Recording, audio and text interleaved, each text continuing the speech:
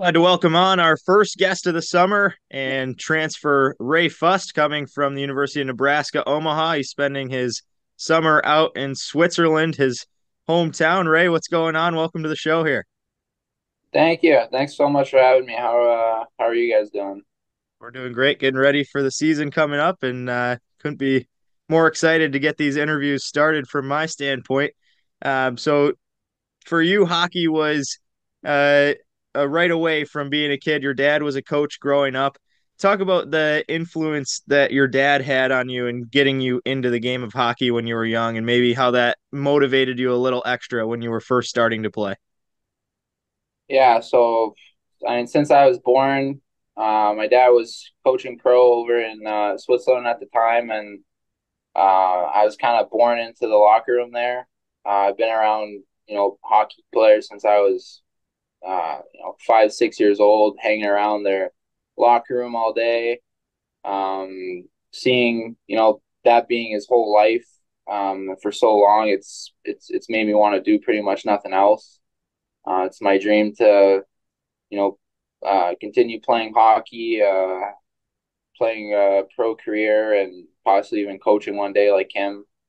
Um, so he's been a big influence, you know, um, in that regard, and he's definitely helped me a lot too. It's good having someone in the family that knows hockey like him to help support me and push me, and so I don't think I'd be here without him. So I'm very thankful.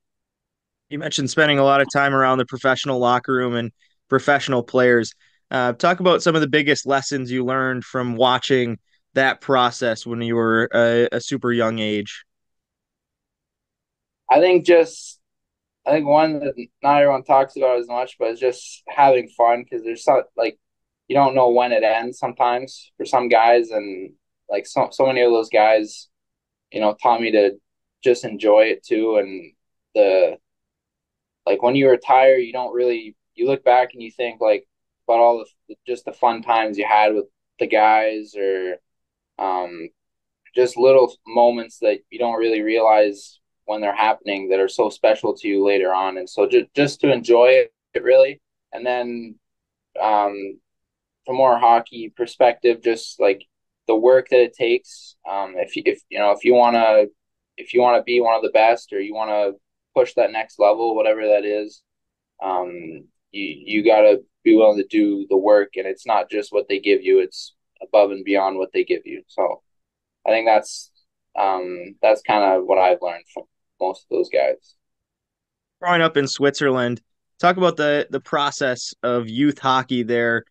Growing up, what it was like as a kid, and maybe the difference from what it might have been like growing up in Switzerland versus what kids in North America kind of go through in the youth hockey process. Yeah, it's so it works a lot differently there. So there you're affiliated with your professional team. So it's kind of like, say you take I don't know, the Pittsburgh Penguins. You got your Penguins NHL team, and then you got your junior Penguins team. You got goes all the way down to whatever age group you are when you're, I don't know, 6, 7 years old. Um, but we got a lot less players over in Switzerland, so I may not have seen the same competition that you guys are probably used to over here growing up, which I think has gone better over the last couple of years there. But it's a lot of travel early on. We basically play the same schedule as the pro teams over there do the same travel, the same teams, play in the same big arenas with 7, 8, 10,000 seats, even though we don't get any fans, but just a couple of moms screaming.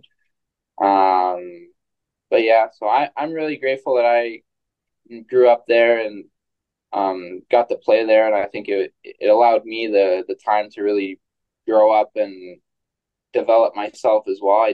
Um, I needed some extra time too when I was growing up. I was a bigger kid, learning to use my body. So I think it was good for me, and I'm happy that I got to grow up there in such a nice country and play hockey. So. You were 9 years old. You taught Tyler Ennis and Jared Spurgeon, who's the captain of the Minnesota Wild, how to do the Michigan. Talk about their influence on you, and also when we might see that move busted out. I don't know if I can still do it. I was 9, so I was practicing that kind of stuff more back then. But it started. They were both imports in the I don't remember what it was, the 2010 lockout or something, in the NHL, and they came over and they played for my dad's team. Um, so I had both Ennis and Spurgeon over at the house all the time, and I was shooting pucks or balls at them. And I remember uh, I was teaching them how to do the I don't even know if it's called the Michigan, but like in floor ball when you pick it up, you scoop it up and you do a 360 and you shoot it. And anyways, I told him if he scored like that, I'd buy him a nice present or something. I don't think he ever tried it, but it was fun. I having those guys having to meet those kind of guys too when you're young was unbelievable. And the fact that they were willing to have fun with me and take a few lessons from a 9-year-old was pretty cool. Been able to gain a long list of international experience as well. 5 years representing Switzerland's international junior teams, including the 2021 World Juniors that you played in. Talk about how playing at that level has extra prepared your game to elevate up to now the NCAA level and hopefully eventually the professional stage. Yeah, I mean, when you play at that stage, you kind of like you get to see the best of the best in the world, especially when you play teams like Team USA, Team Canada, the Swedes, the Finns, like they're all so good, and especially like you're playing the best, whatever, 17, 18, 19 year olds at the time. And you can kind of use that as a kind of a little comparison tool to see like where you're at sometimes, how those guys do it. And obviously things change. Like you got guys at 18 who are ready like that and ready to jump in the NHL soon, and then you got guys at 23, 24 that might still make that jump. So, but it's definitely good to see. I had a great experience there at my time with the World Juniors. Wasn't fun playing Team Canada's 21 first rounders, first round picks on that team. I think we lost still about 10-0, but it was definitely fun experience, and I'm grateful for those two. In 2021, you were also player of the game in your game against Finland. Talk about that game and also the honor of being voted the player of the game there for you, representing your national country. Yeah, that was really cool. I mean that game, we ended up losing, I think 4-1, but the majority of the game it was like a 2-1 game. Uh, we had a nice power play goal to start the game, 1-0, and that was the first time in the tournament. I was like, "Oh, we can really win a game here against a big team." They had a bunch of draft picks too. But yeah, it was definitely it was a lot of fun for me, and it was COVID time, so I don't think there was a lot going on. So many people were watching the game, and so many of my friends from whatever school or my junior team back home, my family, everyone was watching. So it was really special to everyone got to see that moment for me too. So it was a lot of fun. Back in 2019, you made the decision to move from playing in Switzerland to go and play prep school in North America at Northwood and Lake Placid. Talk about the decision to make that jump and move across the ocean and come to North America to play. Uh, yeah, I wish it was sooner. I remember I tried convincing my dad I was ready when I was I think 12. He didn't agree so much, so kept me over there until I was 16, I think 16 turning 17. Um, but yeah, I was so thrilled. Went to Northwood School. The head coach of where my dad was at the time was Billy Peltonen, whose two kids both went to Northwood, and so he was kind of convincing my dad and my family that prep school might be the best route for me to start off, rather than going straight to junior hockey. Um, Especially since you need like you come over and you kind of need to figure out the school thing and make sure you have everything you need if you decide to go the college route after. So Northwood was a great choice for me.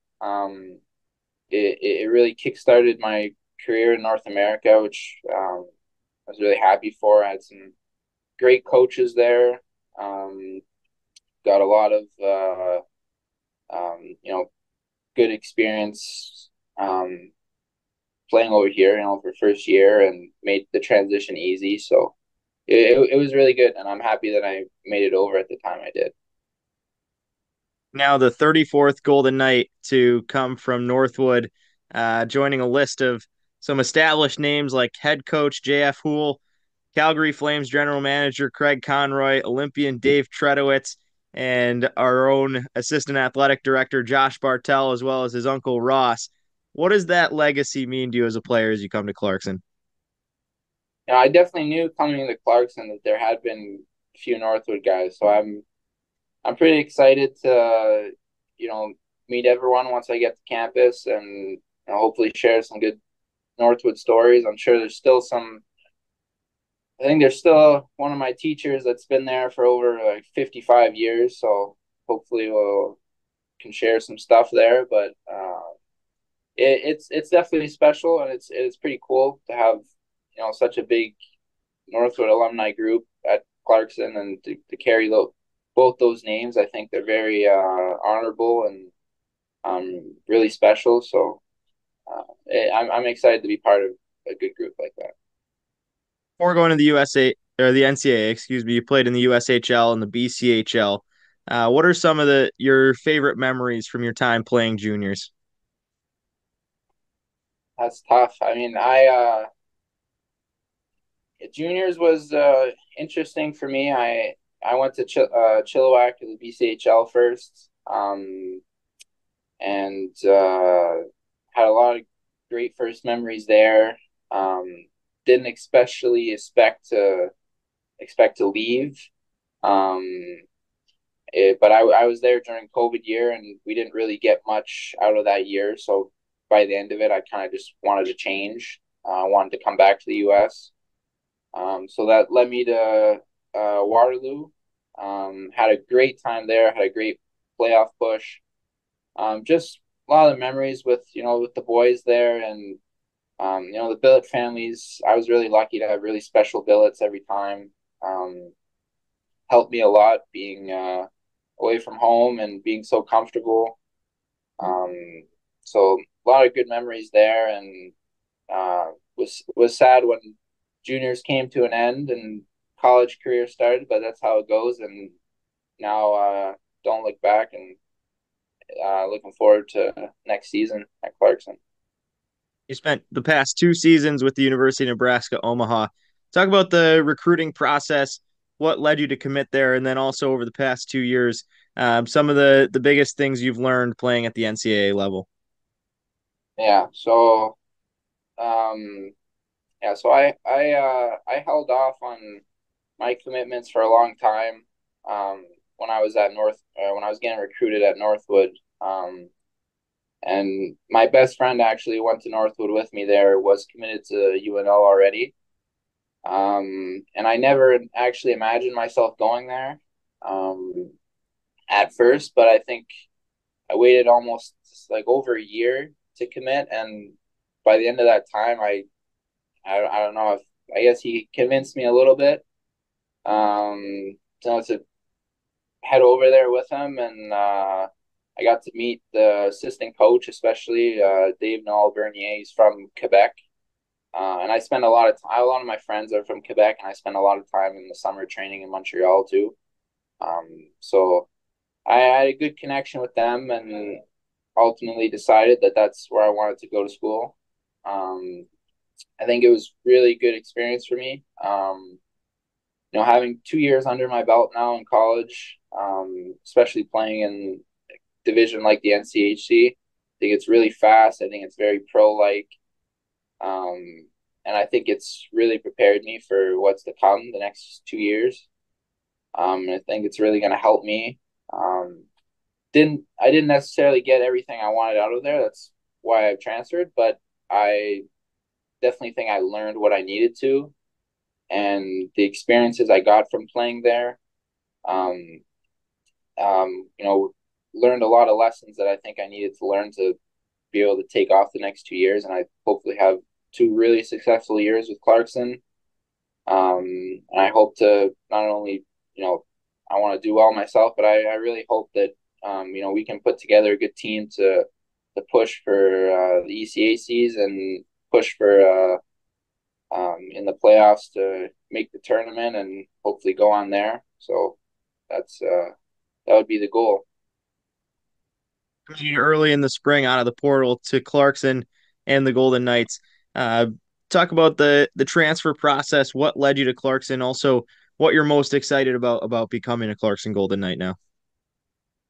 Yeah, so I mean, I've had talks with Clarkson back in my Northwood days, and I obviously really liked it. I liked that it was so close, and I was I guess I would have feel like I was already at home, um, being so close to Lake Placid. At the time, I just wanted to experience something different. That's why I went another way. I wanted new experiences. Um, but now obviously I'm really excited to get back to the Northeast and put on the gold and green. Um, and I mean Clarkson, I think right now we're looking for a big bounce back season. Um, there's a lot of history, a lot of culture to be excited about. And I think just when you look at the players that have come out of there in the last 10 years, you know Nico Sturm, Pioneer, like all a bunch of these guys I kind of look up to, and I see a lot of similarities too, and my personality and some of these guys, and I hope to continue some of the stuff that they've done, and hopefully be helpful to the team to help push for a championship. So You pride yourself on being an elite chef. What's one of the best meals you'll be bringing to Potsdam here in a few weeks? I told my roommates already. I was used to cooking dinner every single night last year, so um, hopefully I'll get a little more of a break this year. But once in a while, I'll treat the boys maybe. So that's tough. I'd say uh my most popular dish that I make like consistently is probably spaghetti carbonara. So I cook a lot of Italian food, a lot of French food. Um, that's probably like homemade gnocchi is one of my favorites to make actually Italian. So that's a long process, so it takes me at least 4 hours, but it's worth it. I'll have to slide over for one of those nights. Over the past 2 years, your golf game has been catching up to your chef skills. You dropped from a 30 handicap to a 14 in just 2 years. How often can the fans expect you to be out at Potsdam Town and Country Club once you get in town? Well, hopefully the boys or some people introduce me to the courses down there because I don't know any courses yet, but yeah, the last two I mean I started golfing probably 2 years ago. Um, and my first game, I think I shot maybe like 125 or something. It was horrible. Um, and now I playing about just under bogey golf. Depends on the day, but I'm really proud of where I brought my game to now, and I hope to play a lot of golf with the boys, especially probably around springtime after the season. It'll be fun. Um, so yeah, it's taken a big leap from where I started in 2 years. So hopefully, hopefully my tour card is still available, but that's a little bit away.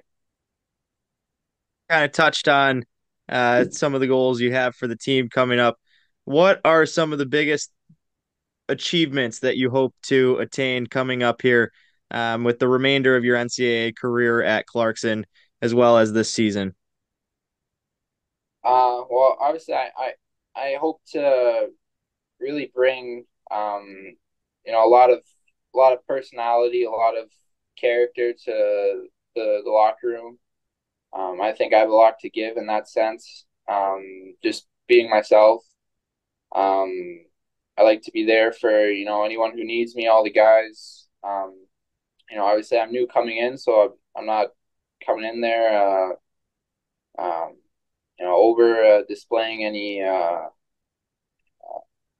do you say it? I'm not trying to come in there and, say too much. Obviously I'm going to read the room and meet all the guys and hopefully, bond with them pretty quickly. But I think I have a lot of really good leadership skills, that I hope to bring to the team. And then my ultimate goal is to really get to the Frozen Four. That's kind of been my dream since coming over to North America. I made it to the regionals last year in Sioux Falls. Lost first game to Minnesota Gophers, so I'm really hungry for some revenge to get back out there, next season and push further and get to the Frozen Four and push for a championship. That I don't think there's anything more I could ask for. So that would be my dream goal on the Clarks. Got me fired up already for the upcoming season. You speak three languages, so I'll have you close it off here. Give us a couple phrases in the translations, in the non-English versions. Ooh, all right. Well, I speak so in Switzerland we have three official languages. So it's Italian, German, and French. I don't actually know much Italian. I know a little bit. But I speak obviously full English. I grew up learning English at home. Spent the first 10 years of my life in all German school. So ich spreche sehr gut Deutsch. Means I speak very good German. Um, and then obviously I speak French. So je suis très excité de venir à Clarkson puis jouer la saison prochaine. I'm just saying, very excited to come to Clarkson next year and have a great year with everyone. So that's all I got. I was working on a little bit of Russian on Duolingo last year too. I didn't make it far. Hey, we're super excited to welcome you here officially to the Clarkson Golden Knights, and excited to meet you now in just a couple weeks coming up, and see you officially on the ice and as the team gets back in action. Enjoy the rest of the summer here. Thanks for taking some time. Of course. Thanks for having me. I appreciate it.